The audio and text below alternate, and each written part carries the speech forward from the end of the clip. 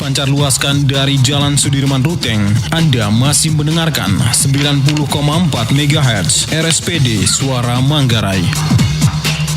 Suara Manggarai 90,4 FM, sumber informasi, inspirasi, dan hiburan. Selamat sore para pendengar setia, apa kabar Anda di sore hari ini? Senang sekali Melisa kembali menjumpai Anda di ruang dengar. Dan hari ini spesial ya, sore hari ini, karena kita sudah kedatangan tamu juga. Sudah ada bersama Melisa di studio, rekan-rekan dari Kejaksaan Negeri Manggarai. Di sini kita akan berbincang terkait program dari Kejaksaan, yakni Jaksa Menyapa. Dan kali ini mengangkat tema tentang pengawasan penggunaan dana desa. Kita sapa terlebih dahulu ketiga narasumber kita di sore hari ini. Selamat sore, saya menyapa untuk Kasih Intelijen Bapak Zainal Abidin SH. Kemudian ada Kasubsidatun Bapak Billy Brodus Harum SH. Dan juga Jaksa Fungsional Bapak Ronald Kevi Nepa SH. Kita sapa, selamat sore ketiga narasumber kita pada sore ini. Selamat sore. Ya, selamat sore. Sehat? Puji Kabarnya? Tuhan. Alhamdulillah, puji Tuhan. Ya, Sehat. puji Tuhan sehat. Oke, baik. Sore hari ini kita mengangkat topik terkait pengawasan penggunaan dana desa. Sebenarnya sejauh ini bagaimana Kejaksaan Manggarai melihat kasus-kasus yang sudah terjadi di Manggarai terkait dana desa? Kan banyak sekali juga kepala desa yang menjadi tersangka karena penyalahgunaan anggaran desa itu. Ya, baik. Terima kasih. Sebelumnya perkenalkan, nama saya Zainal Abidin. Saya Kasih Intel dari Kejaksaan Negeri Manggarai. Terkait dana desa, sebenarnya juga menjadi perhatian bersama Bapak Ibu gitu. Jadi sebenarnya tujuan dari dana desa adalah untuk pemerataan pembangunan. Itu tujuan besarnya gitu. Tapi ketika turun ke lapangan, banyak sekali tantangannya. Ya, selain itu juga bahwa seringkali dengan dana yang besar, kepala desa juga tidak punya cukup pengetahuan dan juga skill untuk bagaimana dalam melaksanakan penggunaan dana desa secara efektif. Itu yang sering kami temukan. Terus juga selain itu juga mengenai mentalitas juga ya menjadi tantangan juga lah. Bagaimana mentalitas curang, tidak jujur, itu juga menjadi tantangan bersama. Jadi kami dalam Jaksa Menyapa ini sebenarnya menjadi suatu mekanisme kami untuk penyuluhan dalam bentuk baru. Karena kami tahu bahwa bentuk-bentuk konvensional sekarang sebenarnya sudah mulai ditinggalkan lah, dalam artian sekarang sudah digitalisasi. Terus juga kami juga mengharapkan ketika ada talk show dari radio seperti ini, bagi pendengar di mana saja, bagi titik-titik yang sering kali kami tidak bisa datang gitu, jadi tantangan juga. Diharapkan dari lewat suatu mekanisme ini juga ada suatu penyebaran informasi, pemerataan penyebaran informasi. Jadi tantangannya banyak sekali, sekaligus juga dari skill.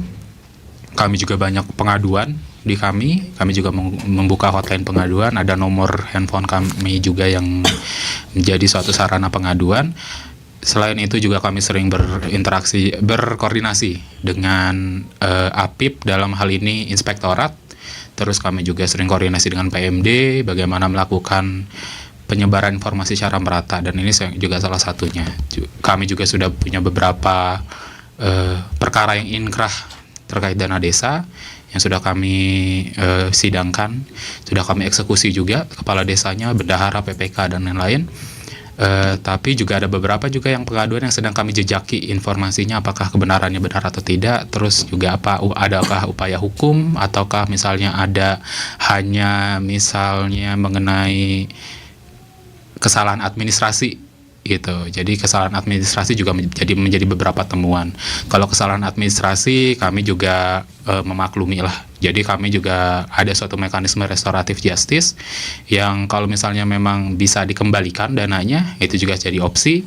Kalau memang sudah ada mens rea-nya, dalam artian bahwa ini tindak pidana, niatnya sudah jelas bahwa ini kepidana, baru kami kepidana. Itu yang bisa kami sampaikan mungkin di awal ini. Oke. Kira-kira sejauh ini dari kasus yang sudah ditangani oleh Kejaksaan, apa modus yang utama sehingga mereka melakukan tindakan korupsi itu? Baik, terima kasih. saya Wilbur Sarum, saya sebagai Kasubsi Datun di Kejaksaan Negeri Manggarai. Terkait dengan modus yang sering terjadi yang dilakukan oleh kepala desa berdasarkan pengalaman kita selama ini, kebetulan sudah ada 2 kasus yang sudah ingkrah selama saya di Kejaksaan Negeri Manggarai kurang lebih 2 tahun ini. Pertama di Desa Bangkalao, terus yang terakhir kemarin di Desa Welu. Jadi kalau modus-modus yang sering terjadi berdasarkan fakta yang kita angkat ke persidangan, jadi pertama adalah betul tadi yang disampaikan oleh Pak Kasih Intel, itu sebenarnya karena minimnya pengetahuan kepala desa dalam hal mengelola anggaran desa. Nah, itu salah satu menjadi penyebab sehingga kemudian kepala desa tidak tahu bagaimana cara mengelola dana desa yang benar sesuai dengan aturan dan regulasi yang ada. Terus mengenai modus-modusnya yang sering terjadi adalah, pertama saya membagi dalam beberapa tahap. Pertama, dalam tahap perencanaan biasanya korupsi itu mulai masuk di tahap perencanaan ini. Misalnya kepala desa tidak melibatkan masyarakat desa dalam proses musrembang des. Di situ kan sudah kita bisa tebak, oh kepala desa ini ada kira-kira punya niat jahat dalam hal soal transparansi penggunaan anggaran desa. Terus juga dalam tahap pencairan, misalnya yang sering terjadi adalah begitu dana desa ini sudah cair, dana desanya tidak dipegang oleh bendahara, tapi langsung dipegang oleh kepala desa. Nah, ini kan salah besar karena regulasinya berdasarkan pedoman misalnya peraturan Menteri Dalam Negeri nomor 20 tahun 2018 yang terakhir soal pengelolaan dana desa, itu kan bendahara itu bertugas dan berwenang untuk menyimpan, mengelola dan mempertanggungjawabkan pengelolaan dana desa. Nah, dari kasus yang kita tangani selama ini, jadi dana desa itu setelah cair dari bank bukan dipegang oleh bendahara, tapi langsung dipegang oleh langsung dipegang oleh kepala desa. Begitu juga nanti dalam hal pertanggungjawabannya. Nah, tugasnya bendahara itu hanya membuat LPJ tapi sesuai dengan dalam tanda petik pesan dari kepala desa. Itu yang sering terjadi. Seharusnya kan bendahara ini sesuai dengan tugas dan kewenangannya, dia yang menyimpan, dia yang membelanjakan, dia yang mempertanggungjawabkan. Tapi kenyataan yang terjadi adalah kepala desa sendiri yang membelanjakan, kepala desa sendiri yang mempertanggungjawabkan semua pengeluaran desa. Itu yang pertama mengenai modus yang sering terjadi. Terus berikutnya juga adalah yang sering kita jumpai, ini sebenarnya paling konyol ya. Jadi banyak juga pembangunan yang fiktif. Misalnya pengadaan kambing, pengadaan babi di desa. Jadi anggarannya keluar dan pertanggungjawabannya ada, tapi fisik barangnya tidak ada. Jadi kambing itu tidak pernah diterima oleh masyarakat, begitu juga babi tidak pernah diterima sama sekali. Tapi menariknya di dalam pertanggungjawabannya dikatakan bahwa itu sudah diterima oleh masyarakat dan tanda tangan dari masyarakat sendiri sudah dipalsukan semua oleh kepala desa. Terus juga yang sering terjadi adalah soal ini hampir semua laporannya masuk di kita adalah soal penyertaan BUMDes ya, penyertaan BUMDes. Kita tahu bahwa di desa itu dalam anggaran dana desa itu kan penyertaan dana BUMDes ini kan cukup signifikan juga besarnya. Nah, yang sering terjadi adalah dana penyertaan modal untuk badan usaha milik desa ini tidak diserahkan kepada pengurus, tapi dikelola oleh kepala desa sendiri, dan BUMDes sendiri tidak pernah berjalan. Itu yang kedua soal penyertaan BUMDes. Terus yang sering terjadi juga adalah mengenai pajak terkait dengan misalnya pajak PPH dan PPN terkait dengan pengeluaran untuk beberapa kegiatan fisik di desa. Kenyataannya itu kan seharusnya kalau berdasarkan regulasi, bendahara itu yang berwenang dan bertugas untuk memungut pajak, kemudian menyetorkan pajak itu ke kas daerah. Tapi selama ini yang sering terjadi adalah kepala desa sendiri yang memungut, terus kemudian ternyata pajaknya tidak disetorkan ke daerah, tapi digunakan untuk kepentingan diri sendiri oleh kepala desa. Jadi mungkin itu sekelumit modus-modus yang sering terjadi dalam penggunaan dana desa. Nanti mungkin ada tambahan juga dari teman saya, Pak Ronald. Terima kasih. Ya, baik. Salam sejahtera untuk kita semua, para pendengar juga dimanapun berada. Ya, puji Tuhan hari ini kami diberikan kesempatan, diberikan waktu, dan diberikan fasilitas juga ya dari Radio Manggarai ini untuk kami dapat memberikan sedikit ilmu maupun sedikit pengetahuan kepada para pendengar di sini, khususnya untuk aparatur desa ya, berhubungan dengan modus-modus yang biasa dilakukan oleh aparatur desa ya. Saya menyebutnya aparatur desa saja, walaupun dalam beberapa tindak pidana yang sudah kami tangani ini yang terlibat aktifnya ya kepala desanya. Akan tetapi berkaitan dengan tadi pertanyaan yang tadi tentang modusnya itu, saya tambahkan sedikit bahwa selain peran aktif dari kepala desa ini juga pengelolaan anggaran desa atau dana desa yang buruk ini, yang ada indikasi tindak pidana korupsinya ini juga sering dilakukan atas kesepakatan dari perangkat-perangkat desa. Iya, jadi mereka itu di lapangan mereka berupaya untuk semaksimal mungkin menyerap anggaran yang ada di tahun itu, akan tetapi dengan pekerjaan yang fiktif. Nah, biasanya pekerjaan-pekerjaan fiktif yang mereka lakukan ini mereka buat kesepakatan di internalnya mereka. Jadi ya sudah, siapa yang bagian mengawasi ya dianggap saja dia mengawasi, siapa yang melaksanakan anggaplah dia melaksanakan, akan tetapi di ujungnya tahu-tahu tidak ada pelaksanaan tentang pekerjaan itu. Dan itu biasanya semua perangkat desa yang ada itu maupun semua unsur yang mengelola dana desa ini itu ikut terlibat di dalamnya, walaupun yang memegang kewenangan paling besar itu selaku penguasa anggaran di desa itu adalah kepala desa. Mungkin itu saja dulu. Oke, berarti dalam arti kepala desa ini menyalahgunakan kekuasaannya. Ya, bisa begitu, dia menyalahkan kekuasaan, menyalahgunakan kewenangannya, akan tetapi tidak selamanya hanya dia saja yang berperan aktif. Bisa juga dia minta tolong ke bendaharanya, gini saja kamu buat ini SPJ ini, keinginan kepala desa. Iya, sesuai keinginan saya gini, nanti sisanya saya kasih ke kamu, tapi kamu tolong atur administrasinya ya. Ya itu memang yang aktifnya sih kepala desa, akan tetapi bendaharanya ini juga kita bisa tetapkan dia sebagai orang yang bisa dipertanggungjawabkan kalau dia ikut kemauannya kepala desa ini secara sadar begitu. Oke.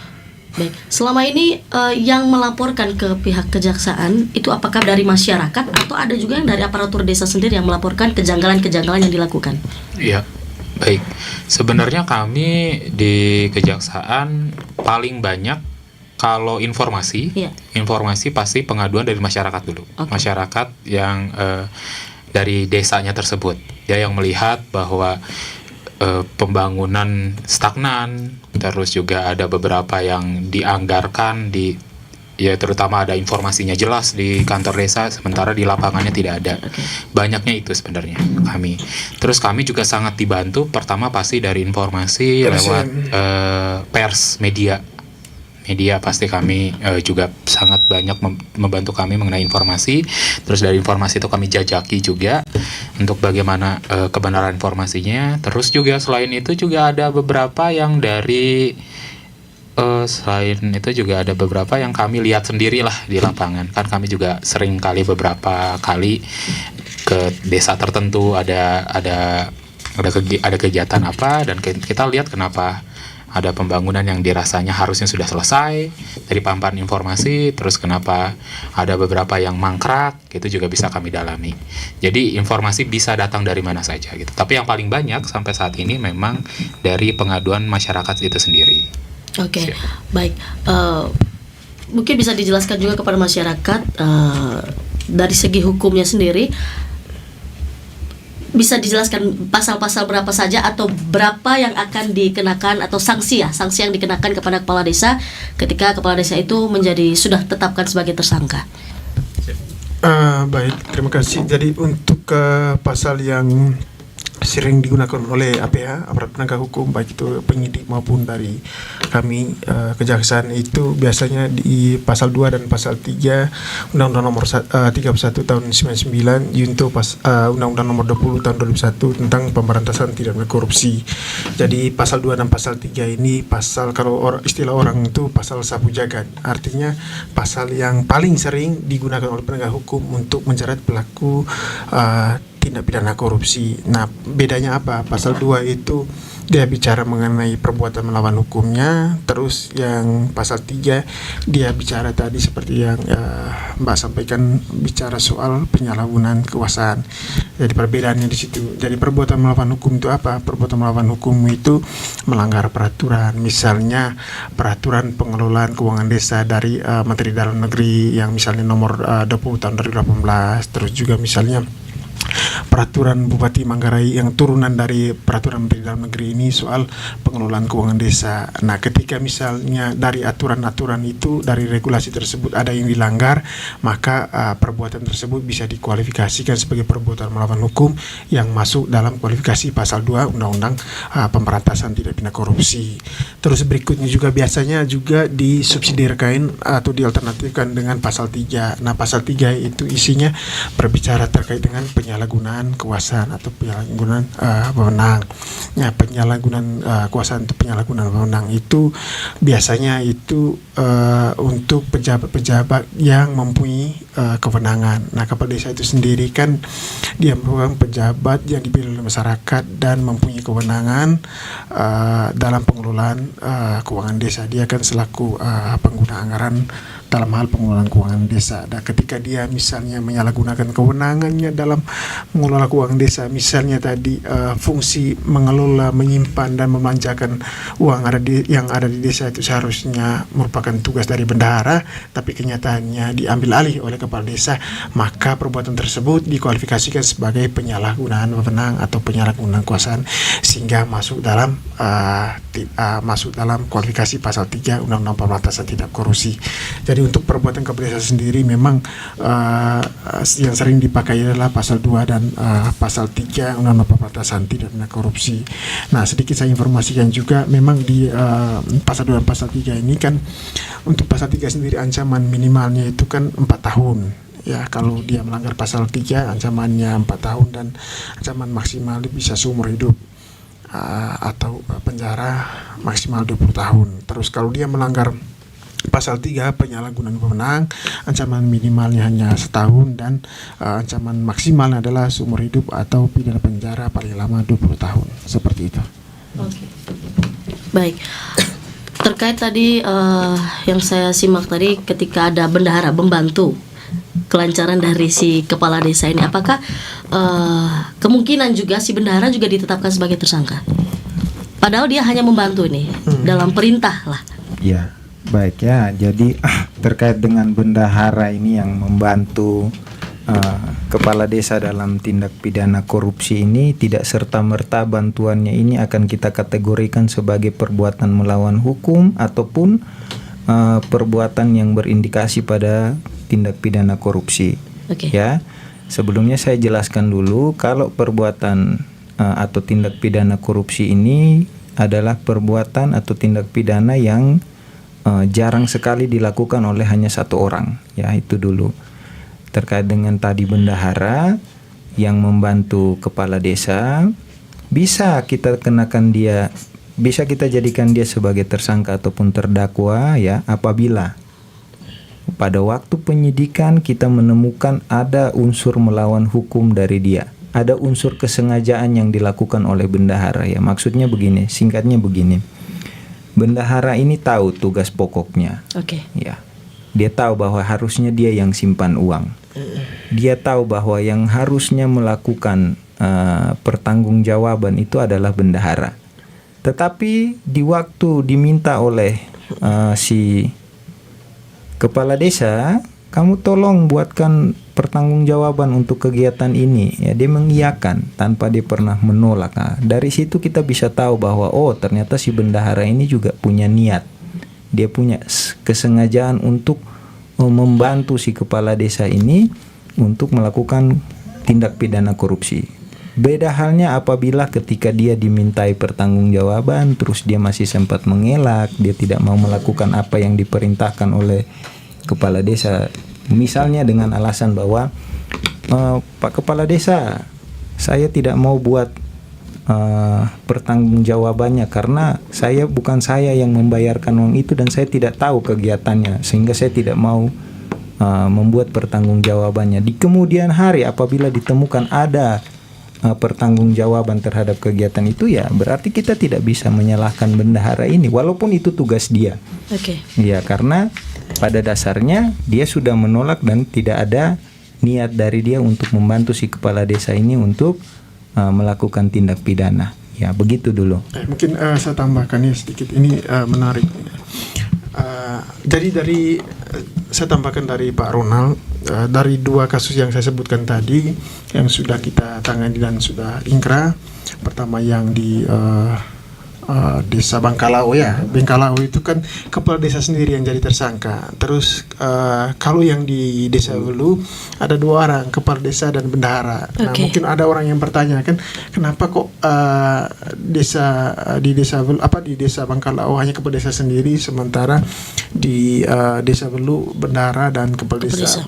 Jadi mungkin untuk gambaran umum tadi seperti yang dijelaskan oleh Pak Ronald, tapi ya saya ingin tambahkan bahwa memang untuk kasus yang pertama yang misalnya di Bangkalao, fakta terjadi bahwa ketika bendahara ini disuruh oleh kepala desa untuk membuat laporan pertanggungjawaban, tapi bendaharanya menolak karena faktanya bahwa dia tidak pernah membelanjakan, dia tidak pernah menyimpan uang tersebut. Jadi yang membelanjakan uang tersebut adalah kepala desa, sehingga pada saat itu bendahara menolak untuk membuat LPJ sesuai dengan permintaan kepala desa. Sehingga atas fakta tersebut kemudian kami menilai bahwa perbuatan dari bendahara tersebut tidak mempunyai unsur kesengajaan atau tidak punya niat untuk melakukan tindak korupsi, sehingga yang menjadi tersangka dalam kasus tersebut adalah hanya kepala desa sendiri. Nah, beda halnya dengan yang terjadi di desa Welu yang sudah kami tangani.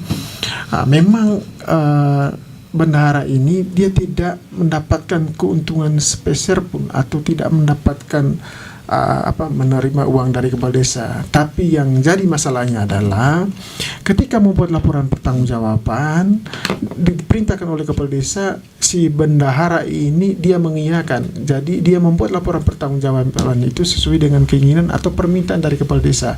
Seharusnya kalau dari aturan misal tadi Peraturan Menteri Dalam Negeri Nomor 20 Tahun 2018 tentang pengelolaan dana desa, itu kan tugas menyimpan, membelanjakan dan mempertanggungjawabkan itu kan tugas dari bendahara.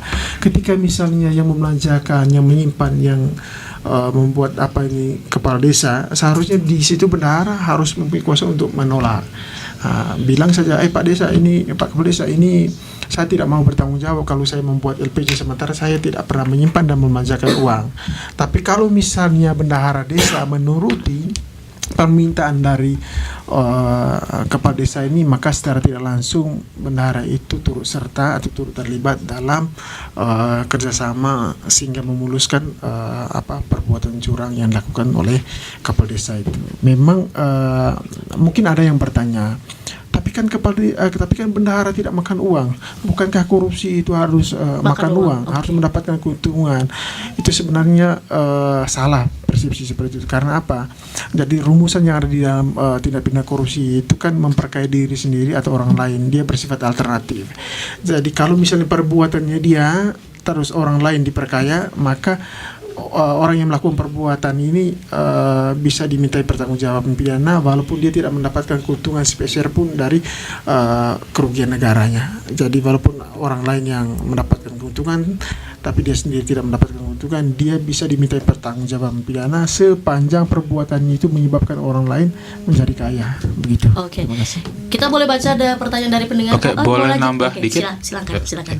Sebenarnya mau sedikit menambah dalam artian bahwa dalam proses kami mendalami apakah ada pelanggaran tindak pidana korupsi dana desa tersebut, memang banyak seringkali yang bertanya dan juga seolah-olah bersembunyi di balik bahwa ini adalah perintah jabatan. perintah nih. Tapi kami selalu menguji bahwa ada suatu mekanisme pengujian lah dalam suatu perintah jabatan tersebut, yaitu pertama bahwa dalam suatu mekanisme pengujian perintah jabatan itu adalah bahwa apakah perintah yang diberikan sesuai dengan tupoksi. Gitu. Terus ketika dalam suatu apakah sudah sesuai dengan tupoksi atau tidak, makanya dalam suatu mekanisme klarifikasi atau BAP pun kami selalu tanya kepada orang-orang yang kami panggil bahwa Bapak jabatannya apa? Terus menduduki sejak kapan? Apa dasar Bapak duduk sebagai jabatan di situ? Terus setelah itu baru kami masuk coba Bapak jabarkan tugas Bapak satu persatu. Dari penjabaran tugas satu persatu itulah jadi ada suatu mekanisme kami menguji ketika ada suatu bahwa nanti dia, Pak saya kan menjalankan perintah dari kepala desa, saya menjalankan perintah dari siapa-siapa gitu. Tapi baru kami uji lagi bahwa ini kan yang Bapak sampaikan tugas Bapak. Ketika ada yang melenceng dari tugas Bapak, harusnya Bapak ada suatu diskresi untuk berkata tidak. Iya, ketika Bapak tidak mengambil diskresi berkata tidak dalam suatu mekanisme perintah jabatan yang menyalahi dari tupoksinya, ya itu juga udah pasti pidana. Gitu. Terus juga yang mau saya tambahkan juga bahwa dalam suatu mekanisme, ya tadi yang juga dari Pak Ronald disampaikan bahwa dalam suatu korupsi tidak pernah kerja sendirian lah, pasti kerja bancakan. Nah, dalam suatu kerja bersama ini dalam tanda kutip, makanya kami selalu mendalami siapa yang memfasilitasi, siapa yang memudahkan. Nah, hal-hal yang kayak gitu kami dalami dan tidak ketika sudah ada suatu mekanisme yang memudahkan, memfasilitasi, itu juga bisa kena. Gitu. Oke, kita baca satu pertanyaan dari pendengar boleh ya? Siap. Selamat sore Bapak-Bapak Jaksa, mau tanya terkait dengan pelaksanaan program Jaga Desa atau Jaksa Garda Desa, yang mana sudah ada MOU dengan Kementerian Desa dan Jaksa Agung yang diperbarui pada Maret 2023. Sejauh ini, bagaimana pendekatan pengawalan dan pendampingan dan sekaligus pengawasan dari pihak Kejari Manggarai terhadap penggunaan dana desa ini? Ya baik, ini juga menjadi tantangan juga bagi kami. Dalam artian bahwa seringkali dalam suatu mekanisme pengawasan ini, ketika kami turun ke lapangan, kepala desa sudah takut duluan lah gitu. Ada apa ini? Iya, ada apa ini gitu. Padahal sebenarnya dalam semangat melaksanakan MOU itu kita melakukan ini nih, Mbak. Kita melakukan sosialisasi bahwa kami punya fungsi pengawasan yang bagaimana, terus bagaimana sebenarnya tindak pidana yang dikualifikasikan sebagai tindak pidana dan mana yang misalnya ini hanya kesalahan administrasi misalnya. Itu juga yang kami sampaikan di sini. Terus kami juga ada program Jaga Desa, kami ada penyuluhan ke baik itu bekerja sama dengan Dinas PMD atau Inspektorat. Kami turun ke lapangan juga, kami ketemu dengan kepala desa. Tapi yang kami harapkan dalam suatu mekanisme ini, dalam kami sampaikan juga sekarang di sini mungkin kepada teman-teman pendengar, kami harapkan bahwa kepala desa atau semua jajaran desa kami harapkan juga bisa kami ada posko jaga desanya. Iya, di kejaksaan, di kantor kejaksaan. Jadi silahkan kepala desa atau misalnya juga semua perangkat desa lah yang merasa Bapak ada dana sekian, ada program sekian yang kami canangkan, tapi ternyata ada tantangannya Pak di lapangan, ada tantangan A, B, C, D. Ya silakan kita ketemu, kita jabarkan bagaimana bahwa bagaimanalah kita kasih tips dan trik untuk bisa melaksanakan penggunaan dana desa secara efektif. Terus juga mengenai LPJ, silahkan komunikasikan kepada kami ke kantor kejaksaan untuk ketemu sama kami dengan jaksa-jaksa dari Pak Willy, Pak Ronald, terus saya juga, atau juga nanti mungkin bisa ketemu dengan Pak Kajari untuk bisa berkonsultasi bagaimana menyusun LPJ secara benar. Kami juga kami harapan kami adalah Bapak, Mbak dan juga para pendengar adalah penegakan hukum yang humanis ini tidak hanya jadi hanya dilihat sebagai pidana gitu, enggak. Tapi kami membuka lebar komunikasi yang sebesar-besarnya dengan jajaran desa untuk bisa mengkomunikasikan berbagai tantangan di lapangannya bagaimana. Gitu. Jadi jangan sampai nanti kalian sudah kadung salah, baru nanti minta koordinasinya bagaimana gitu. Jadi mending dari awal ayo kita, dan kami juga melakukan pengawasan, juga hanya melakukan pengawasan secara administrasi, terus di lapangannya bagaimana kami memastikan agar juga efektif pembangunan tetap berjalan. Tapi yang kami harapkan adalah komunikasi secara besar, mungkin kami buka secara luas gitu kerannya, agar kepala desa bisa berkomunikasi dengan kami agar menyampaikan berbagai tantangan di lapangannya bagaimana gitu. Oke. Kita istirahat sejenak ya. Nanti Siap. baru kita lanjut lagi, kita jeda dengan beberapa lagu dan Baik. pendengar. Untuk Anda jangan kemana-mana, kita akan lanjut lagi perbincangan kita di sore hari ini masih dengan rekan-rekan dari Kejari Manggarai. Di sini kita membahas terkait pengawasan penggunaan dana desa ya.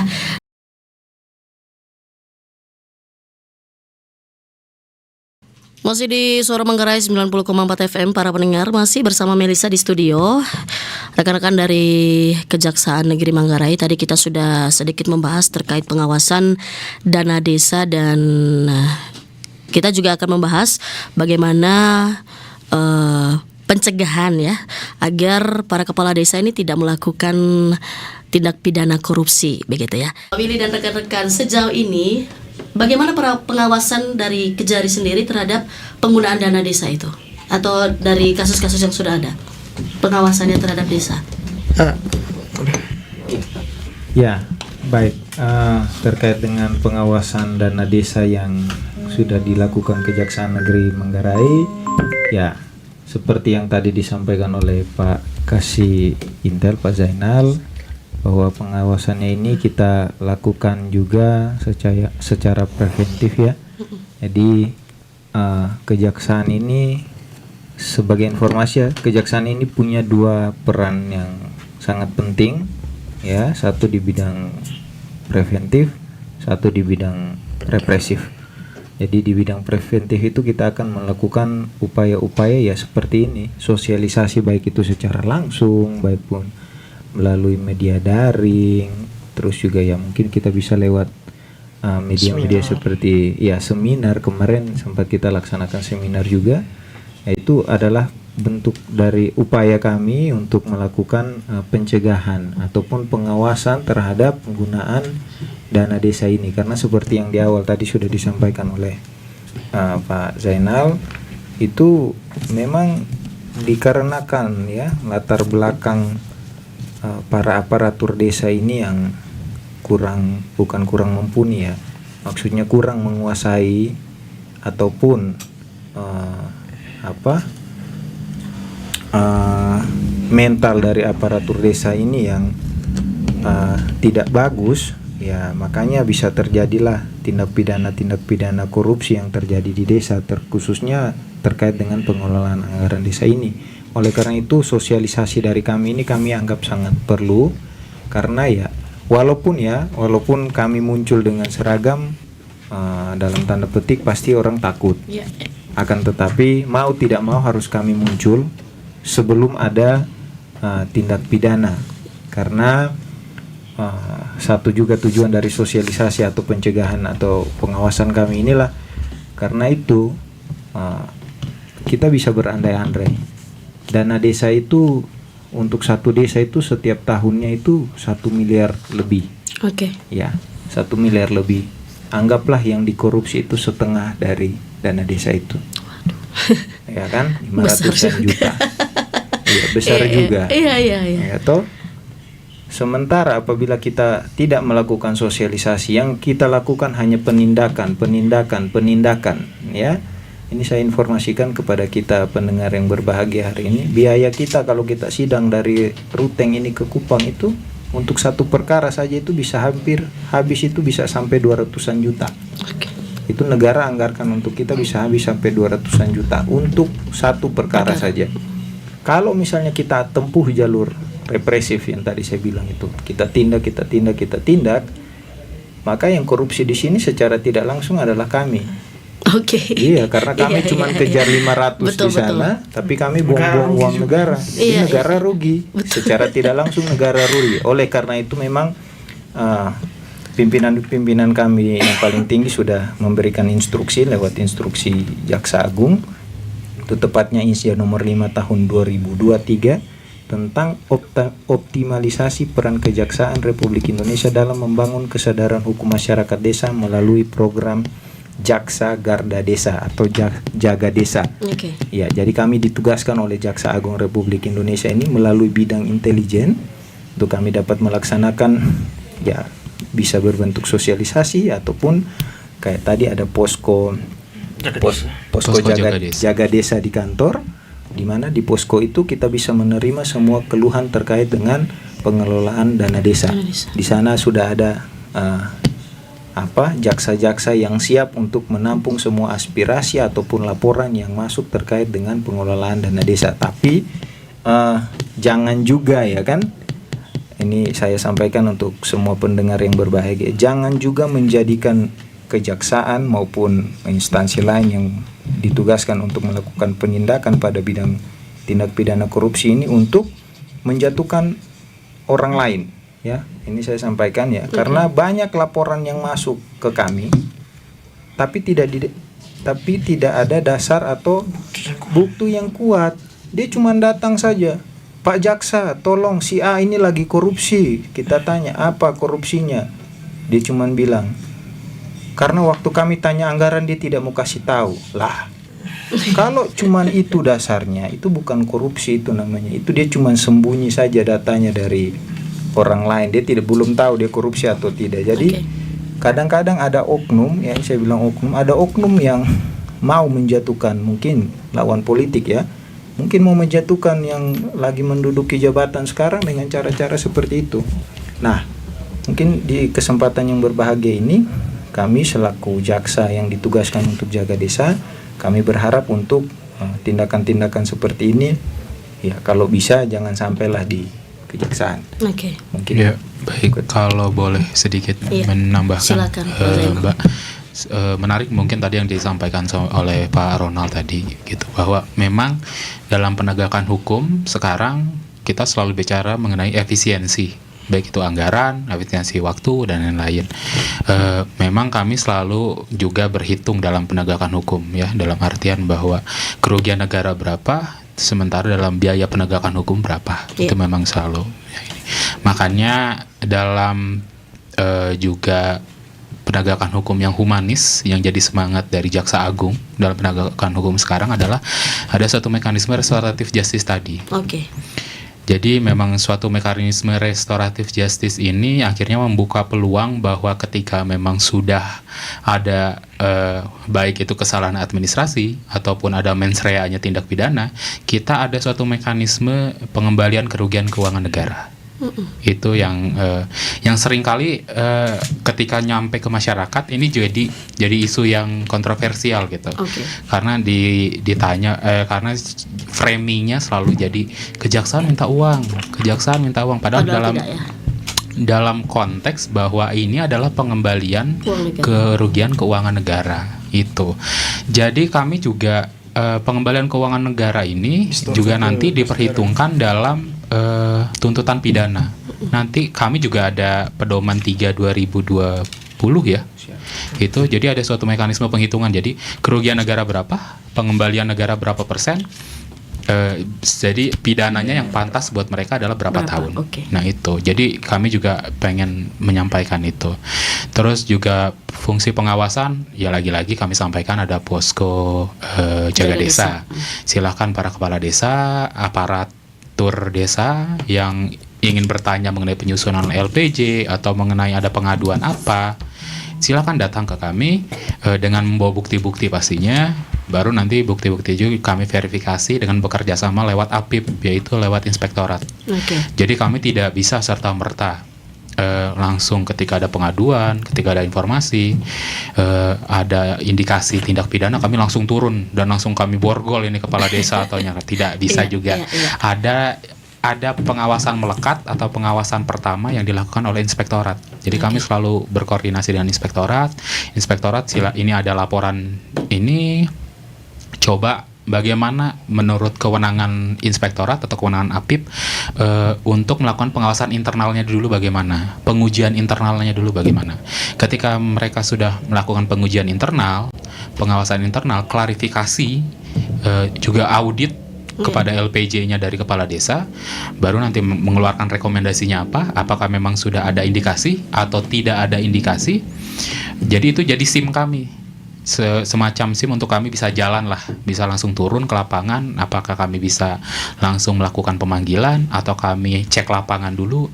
Jadi kami juga, pengawasan kami juga ada tahap-tahapnya lah, ada tier-tiernya gitu. Pengawasan awal pasti ada di daerahnya itu sendiri lewat inspektorat. Setelah inspektorat bisa mengkonfirmasi ada tindak pidana, baru kami bisa turun. Jadi kami tidak serta-merta langsung bisa turun begitu saja. Terus juga nanti dalam inspektorat akhirnya bahwa misalnya rekomendasinya hanya, oh ini Pak Jaksa hanya kesalahan administrasi dan kepala desa siap mengembalikan. Oke, berarti kami anggap selesai, sudah diselesaikan oleh inspektorat lewat pengembalian yang juga dilaporkan ke kami. Kami bisa tahu bagaimana mekanisme pengembaliannya ke kas daerah atau ke kas negara. Hal itu juga ada di kami gitu. Itu juga jadi bagian pengawasan kami. Oke, Gitu. baik. Kalau menyimak tadi terkait penjelasan dari Pak Zainal, restoratif justice ya di bidang tipikor, itu sebenarnya seperti apa? Kan beda dengan restoratif justice ketika seorang mencuri, ya, mencuri barang atau mencuri apa, kan seperti yang pernah kita bahas waktu itu, ada yang sudah dibebaskan karena itu tadi ya, humanis, sisi humanis. Nah, kalau di bidang tipikor sendiri nih, korupsi seperti apa? Restoratif justice ini berfungsi itu. Ya, baik. Jadi ini yang sering juga salah kaprah. Oke. Jadi kami pengen, ini senang banget mendapatkan pertanyaan ini, jadi kami bisa meluruskan. Pertama, dalam restoratif justice tidak juga begini. Dalam restoratif justice prinsipnya adalah mendengarkan dari pandangan korban. Oke. Itu dulu. Jadi maksudnya dari masyarakat yang terdampak, dari korban yang terdampak, bagaimana keinginannya gitu. Itu dulu jadi restoratif justice. Tapi framing restoratif justice juga masyarakat sekarang juga salah kaprah, karena seringnya dalam pidana ketika sudah restoratif justice orang merasa kami sudah bebas, sudah ada penggantian kerugian kepada korban, terus sudah bebas. Tapi pada prinsipnya restoratif justice hanya inginnya adalah, tujuannya adalah memanusiakan manusia. Dalam mekanisme apa? Ada penggantian. Karena restore, penggantian. Restore kan memulihkan, baik itu semua biaya yang dikeluarkan atau yang menjadi beban karena menimpa tindak pidana, itu ada penggantian. Tapi mekanisme restoratif justice juga tidak mengeliminasi suatu mekanisme apa tuh lawannya restoratif justice tuh? Pidananya lah istilahnya. Blank. Ya tiba-tiba blank ya. Restoratif justice temannya apa ya? Itu jadi restoratif justice juga tidak juga mengeliminasi pidananya. Oke. Restoratif justice dengan tindak pidananya bisa juga berjalan berdampingan gitu.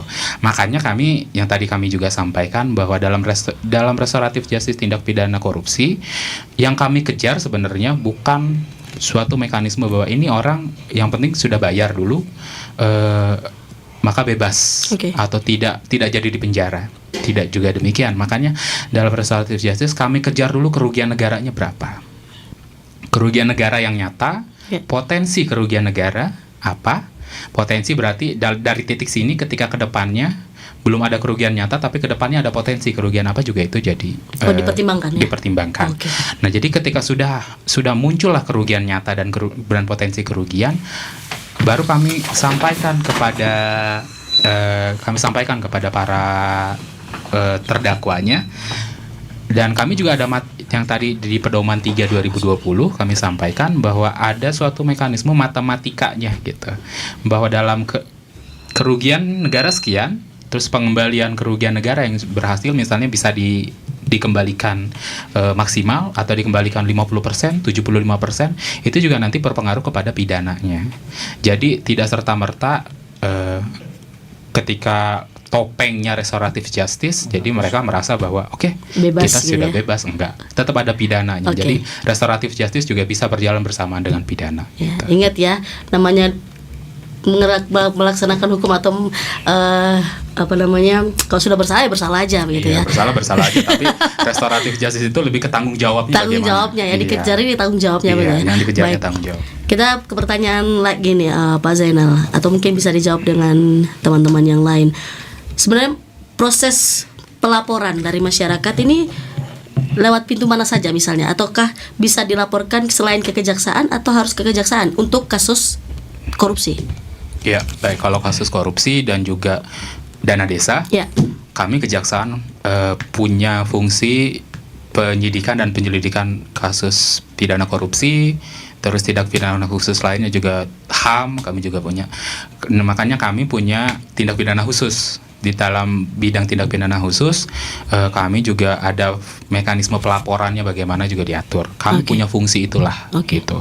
Tapi kami juga tidak mengeliminir fungsinya polisi. Ya, oke. Polisi juga bisa menyidik tindak pidana polisi. Toh penyidik utama kan tetap polisi ya. Iya, iya. Iya. Tapi kami dari undang-undang diamanatkan kami punya fungsi itu. Jadi walaupun polisi punya fungsi itu, kami juga punya fungsi penyidikan tindak pidana korupsi dan juga dana desa. Mekanismenya lewat apa? Kami ya tadi ada di intelijen, kami ada pos pelayanan hukum. Oke. Iya, jadi masyarakat silakan datang bawa. Tapi yang jadi tantangan juga sebenarnya ketika membuka pos pelayanan hukum ini adalah masyarakat hanya membawa informasi saja Tanpa bukti. tanpa bukti. Oke. Itulah yang sering kali kami. Mohon maaf Bapak, dengan berat hati silakan Bapak kembali lagi, Kumpulkan bukti. susun lagi pelaporannya, kronologinya apa. Iya, Kalau iya, misalnya ada dokumentasi, sertakan dokumentasi. Iya. Terus tahun berapa sampai tahun berapa Pak? Gitu. Oke. Jadi biar kami tahu juga frame-nya sampai kapan itu. Iya, iya. Itu yang menjadi tantangan. Kadang juga Bapak harus ini apa? Tertulis tapi dia bawa tulis tangan. Iya. Terus hanya tulis tangan, jadi kesannya kayak buku curhat aja gitu.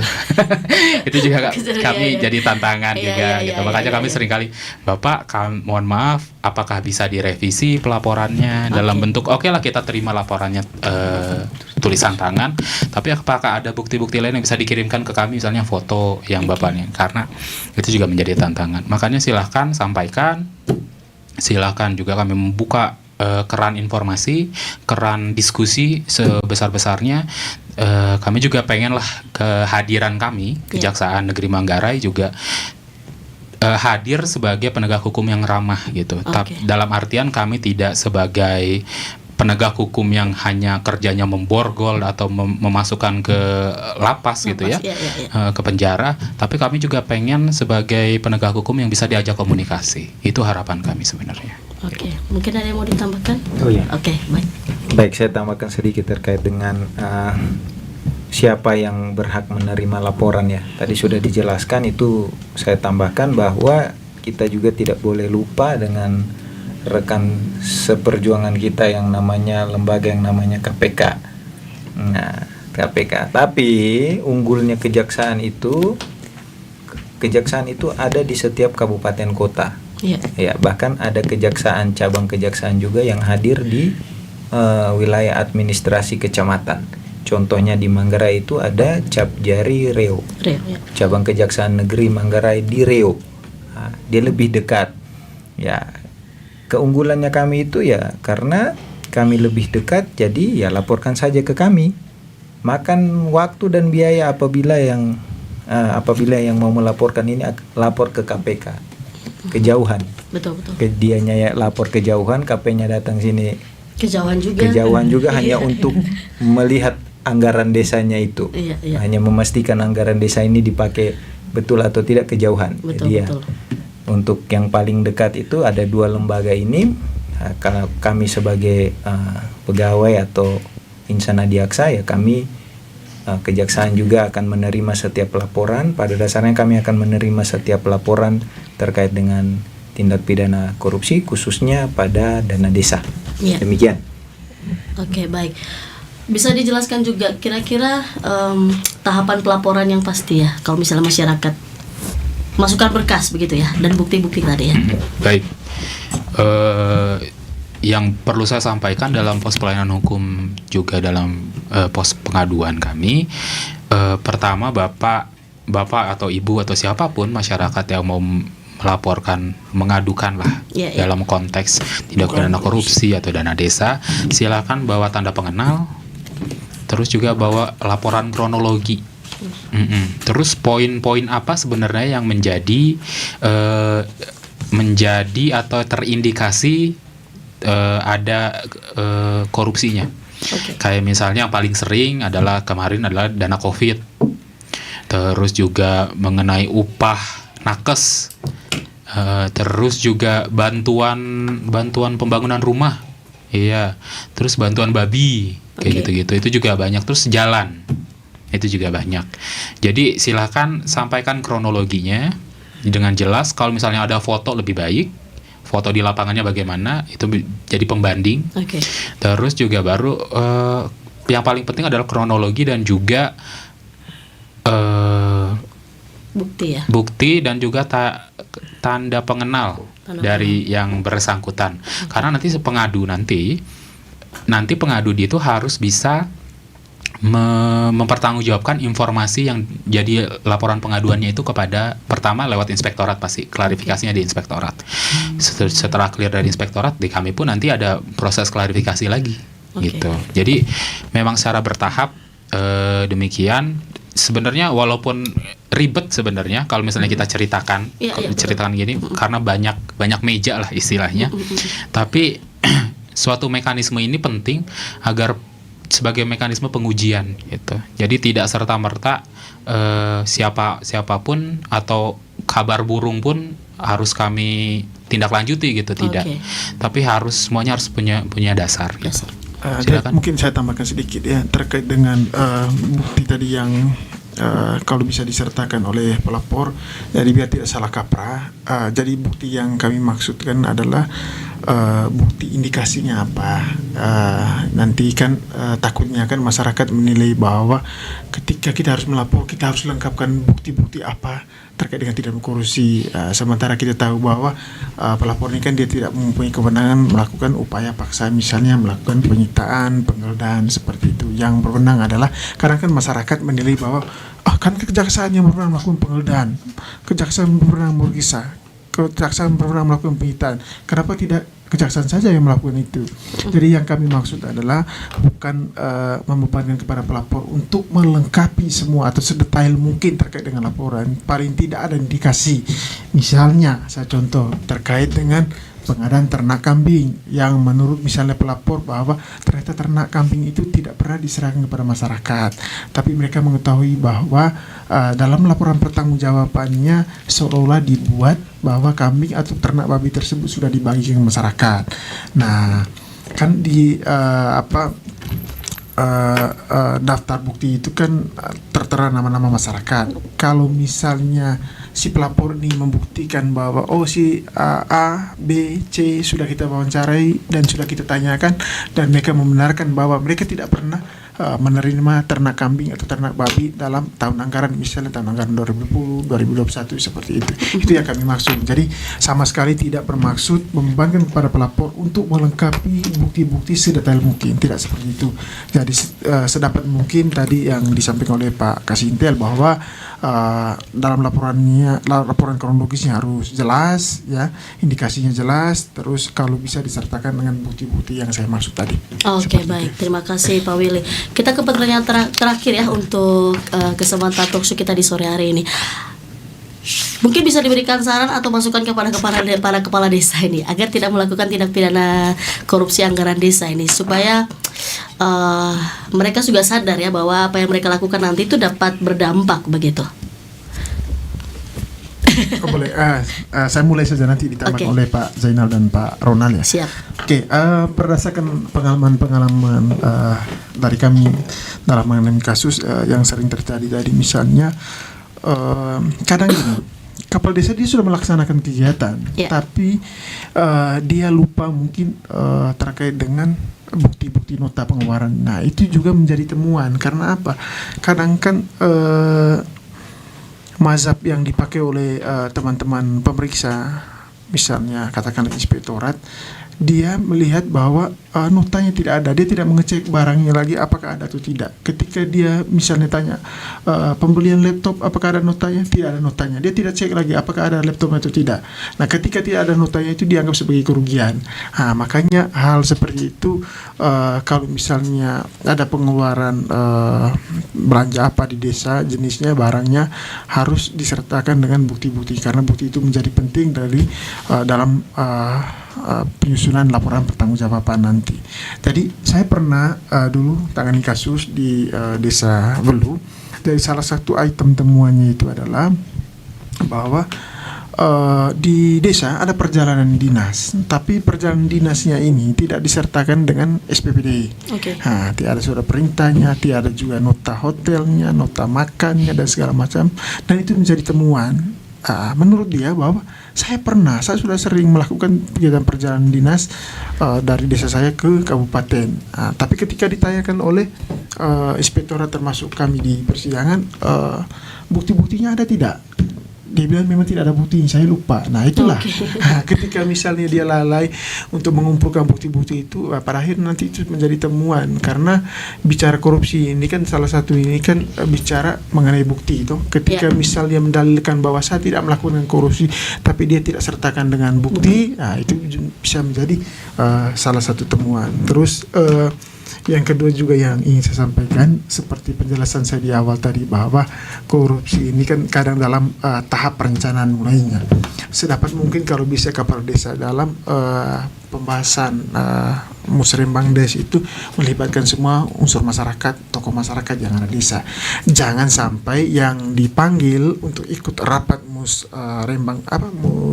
musyawarah desa itu adalah hanya orang-orangnya dia, dalam tanda kutip ya, misalnya orang-orang yang secara politik pro ke dia, seperti itu. Karena yang sering kita temui, orang-orang yang diundang oleh kepala desa itu adalah orang-orang yang lebih ke pro kepala desa. Sementara yang kontra itu dia tidak undang. Padahal ini kan kalau bicara Musrembang Des ini kan bicara bisa dibilang bicara haknya masyarakat untuk mengusulkan apa. Jadi semua masyarakat diberikan forum, diberikan ruang untuk mengusulkan apa kegiatan yang ada di desa sesuai dengan kebutuhan yang ada di desa. Namun yang sering terjadi adalah kepala desa tidak melibatkan semua tokoh masyarakat. Itu yang kedua. Terus berikutnya juga sebenarnya lebih ke mentalitas juga sih. Kadang sekarang korupsi ini kan bukan soal bicara apa ya, jadi sekarang lebih kepada mental juga sebenarnya. Memang mental dari awal ini mental korup.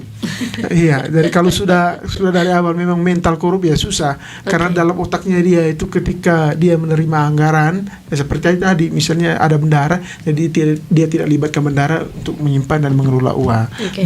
Dia mengelola sendiri. Nah, mental seperti itulah kalau bisa dihindari dan dijauhkan, karena ketika misalnya nanti terbukti bahwa kau tidak melibatkan bendahara dalam mengelola, membelanjakan dan mempertanggungjawabkan keuangan desa, dari situ kan orang bisa cium bau busuknya, oh ini ada yang tidak beres. Seperti itu mungkin dari saya. Mungkin ada tambahan dari Pak Kastil atau Pak Roma.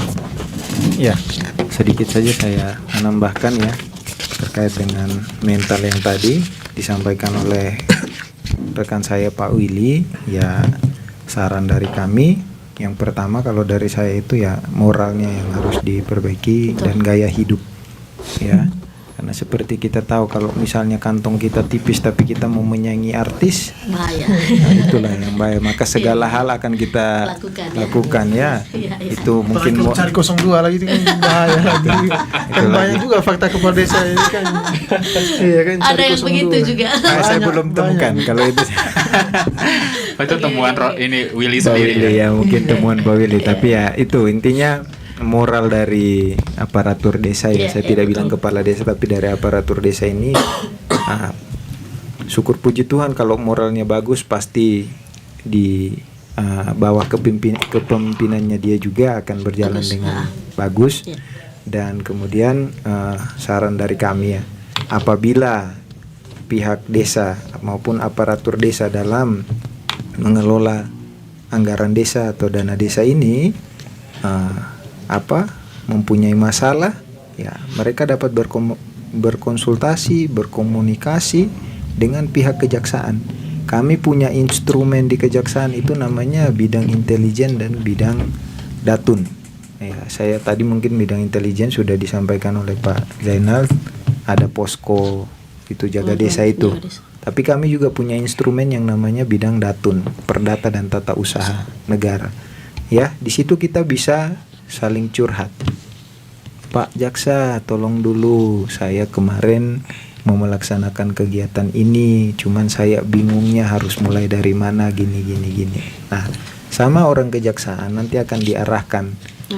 Bukan arahkannya secara spesifikasi teknis, tetapi diarahkannya melalui jalur yuridis. Oh ini Pak, berdasarkan juklat, juknis yang ada di desa kan begini-begini caranya. Nah, Bapak ikuti saja juklat juknisnya, sehingga apabila terjadi sesuatu hal di depan nanti bisa ada pertanggungjawabannya. Yang ketiga adalah, ya mungkin itu saya kembali lagi, Bapak Ibu di desa, para pendengar yang mulia ini, apabila dalam mengelola keuangan desa dapat mempedomani juklat dan juknis yang sudah ada, itu sudah baku, itu silahkan diikuti dan jangan menyimpang dari situ. Mungkin hanya itu, saya ada tambahan mungkin. Ya, baik, kalau misalnya boleh nambahin dikit, Mbak. Silakan. Jadi sebenarnya benar apa yang disampaikan sama teman-teman kami ini dari Pak Willy dan Pak Ronald. Pertama, pada prinsipnya adalah bahwa dalam pelaksanaan tugas dan fungsi kepala desa, semua kebijakan yang kalian ambil, semua pengeluaran yang kalian lakukan, semuanya harus tercatat. Itu harus pertama bukti, ya? prinsipnya. Ya. Semuanya harus tercatat. Betul. Bagaimanapun kalau kalian bisa bilang bahwa kan Pak sudah digitalisasi, ya bagaimana mau digitalisasi, sinyal aja kadang ini ya tidak merata ya. Hilang muncul. Iya, kadang muncul kadang enggak. Jadi memang kami selalu tekankan bahwa dalam pelaksanaan tugas dan fungsi harus selalu tercatat. Ada administrasinya. Terus yang kedua juga yang seringkali ditemukan dalam hasil klarifikasi dengan inspektorat, kemarin saya juga sempat ngobrol sama inspektorat, adalah bahwa dalam tantangannya pasti ada. Jadi terutama bahwa ketika perencanaan pembangunan di desa seringkali kita ambisius.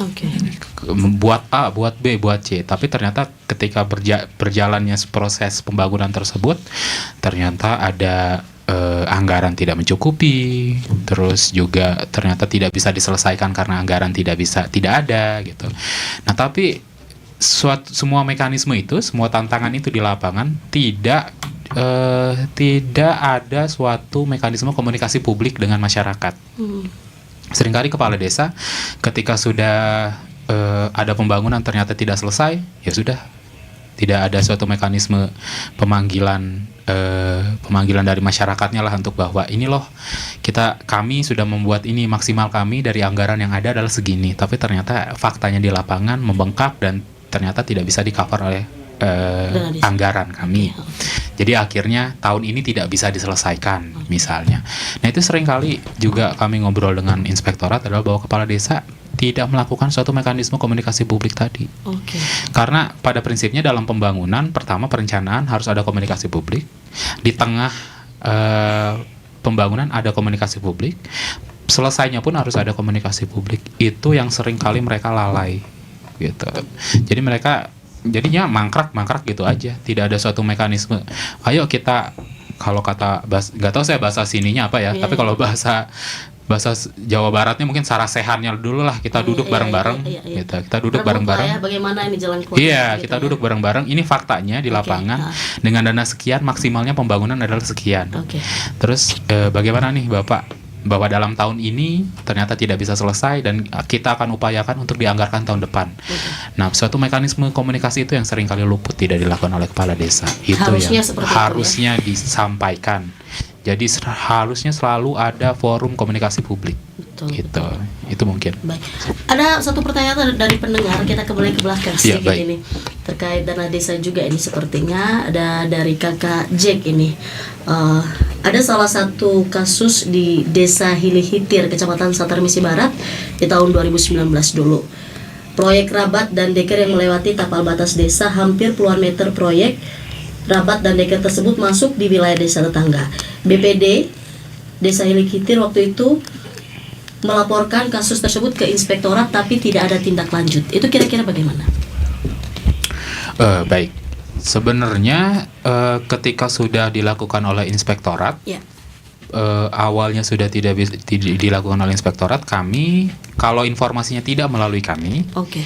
kami juga tidak punya cukup bahan untuk memverifikasi. Oke. Gitu. Jadi yang kami harapkan dalam pengaduan ini adalah bahwa kalaupun informasinya ini kalau 2019 proyeknya, dan saya juga tidak tahu pengaduannya di tahun berapa. Ya. Jadi juga tidak bisa, tapi kalau secara prosedur ketika informasi itu tidak lewat kami juga tidak cukup bahan untuk bisa meminta memverifikasi hal Sejauh tersebut mana, kepada ya? inspektorat Oke. sejauh mana.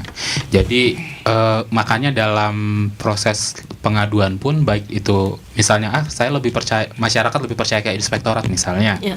silahkan, tapi tembuskan kepada kami. Oke. Iya, tembuskan kepada kami agar dalam tembusan itu informasi itu juga lewat kami, dan kami juga punya cukup bahan untuk meminta verifikasi atau klarifikasi sudah sampai sejauh Sejauh mana? mana. Iya, betul, Gitu. betul. Jadi sebenarnya yang kami harapkan dalam pengaduan, silahkan mau mengadu kepada kepolisian misalnya, lebih percaya kepolisian silahkan, lebih percaya kepada kami ya puji Tuhan. Iya. Kalau misalnya lebih percaya kepada inspektorat duluan misalnya, silahkan, tapi tembuskan kepada kami agar kami juga punya cukup informasi agar untuk bahan amunisi lah, Iya, iya, iya. biar kami bisa minta klarifikasi kepada yang terkait gitu. Oke, baik. Jadi mau dilaporkan ke kepolisian, kejaksaan, inspektorat, intinya ada tembusan lah ya, Siap. biar bisa saling memantau begitu. Iya, ya? jadi pengawasannya adalah Mengawasi check and ya. balance-nya ada kalau Oke. bahasa kerennya. Check and balance, Check and betul, balance. betul. Jadi tidak hanya inspektorat saja yang bekerja sendiri, jadi Iya, nanti kan kalau bekerja sama, inspektorat bekerja sendiri kan dia bekerja dalam kegelapan kan ya. Sementara butuh polisi sama kejaksaan yang sebagai Betul, senternya gitu loh. Betul sekali, Iya. betul, baik. Terima kasih waktunya. Siap. Pak Zainal, Pak Baik, Ronald, sama-sama. Pak Billy, Terima atas kasih waktunya. banyak Terima Mbak, kasih. sudah Intinya adalah difasilitasi. kerjasama kepala desa ini perlu komunikasi yang baik juga dengan masyarakat ya, Iya. dan masyarakat juga ikut serta mengawasi Iya. apa saja yang terjadi di desa tersebut, Siap. apalagi dalam penggunaan anggaran desa. Baik. Jangan Oke. takut-takut juga ajak komunikasi kami. Gitu Oke, loh. ya itu intinya ya, jangan Iya, takut ya. kalau misalnya mau datang langsung ke kantor silahkan. Kalau Oke. misalnya mau mengundang kami pun untuk bisa semacam penambahan kapasitas untuk aparatur desa atau sekadar bertukar informasi dengan aparatur desa, kami sangat merespon positif lah. Oke, gitu. jangan- itu Kalau jangan- soal anggaran kami ada duitnya. Jadi Iya, kepala iya, desa iya, iya. tinggal Betul. tinggal bagaimana fasilitasnya, maksudnya dalam artian apakah di kantor desa atau Iya, di iya, mana, iya, tinggal iya. kami ke sana silahkan. Baik, intinya jangan tertutup lah ya. Jangan tertutup, Terbuka, ya. ya terbuka lah Dan gitu komunikasi, ya. oke. Karena bagaimanapun juga keterbukaan awal penyembuhan kan. Betul. Ada amin Enak. saudara-saudara. Amin. Amin. Baik, terima kasih waktunya Pak Zainal, Ya, Pak Willy, terima dan kasih. Pak Ronald atas Sama-sama. waktunya. Mohon maaf kalau ada kesalahan-kesalahan ya. Ya. Baik, terima kasih para pendengar untuk program kita di sore hari ini. Mohon maaf apabila ada salah-salah kata dan ucapan yang kami sampaikan selama talk show berlangsung. Saya Melisa pamit, selamat sore dan sampai jumpa.